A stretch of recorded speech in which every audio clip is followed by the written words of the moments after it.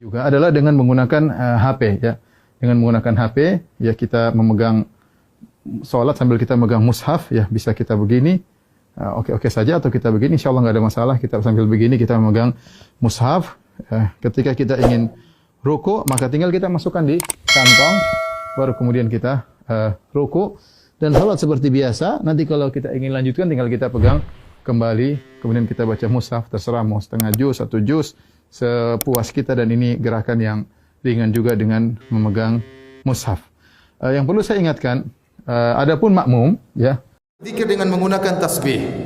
Yang benar, tasbih adalah alat, bukan ritual.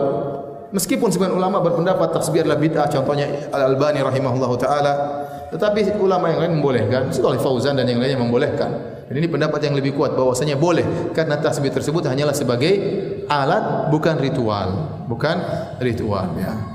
Seorang boleh menggunakan tangannya untuk bertasbih, seorang boleh menggunakan alat yang 1 2 3 4 5 6, seorang boleh pakai apa? Tasbih ya.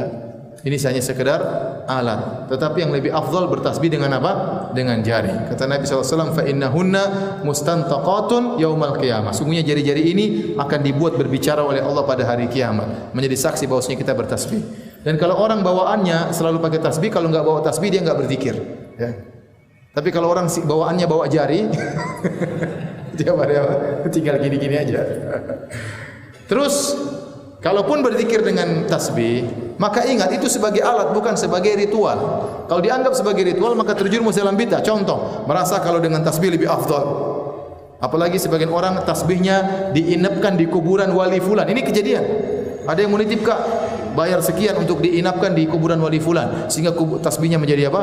Afdal. Ada yang jual tasbih dengan mahal. Katanya ini tasbih dari kapal Nabi Nuh. Kurang ajar kapal Nabi Nuh dirusak jadikan tasbih. Ada seperti itu. Ya. Terus tasbih yang penting bisa buat ngitung, enggak usah besar-besar. Ada tasbih yang besar-besar begini, besar-besar. Saya pernah lihat tasbih besar-besar, saya bilang, "Mbak, ada yang lebih besar?" "Enggak, ini yang terbesar," katanya. Besar-besar gimana tasbihnya? Subhanallah, subhanallah, subhanallah. Ini buat begini, bisa masukin kantong, keluar gitu. Maksud tasbih kecil-kecil aja. Yang penting ringkalan 100 misalnya ya. Penting 100 untuk itu. Enggak jadi masalah untuk mempermudah apa? Menghitung.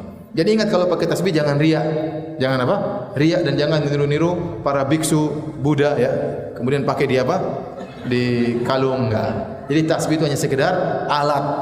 Ya, jangan dijadikan apa? Ritual. Kalau dijadikan ritual maka terjerumus dalam bid'ah.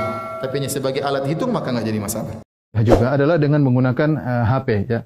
Dengan menggunakan HP ya kita memegang salat sambil kita megang mushaf ya, bisa kita begini oke saja, atau kita begini insyaallah enggak ada masalah. Kita sambil begini kita memegang mushaf ketika kita ingin ruku maka tinggal kita masukkan di kantong baru kemudian kita ruku dan salat seperti biasa. Nanti kalau kita ingin lanjutkan tinggal kita pegang kembali kemudian kita baca mushaf, terserah mau setengah juz, 1 juz sepuas kita, dan ini gerakan yang ringan juga dengan memegang mushaf. Yang perlu saya ingatkan, adapun makmum ya.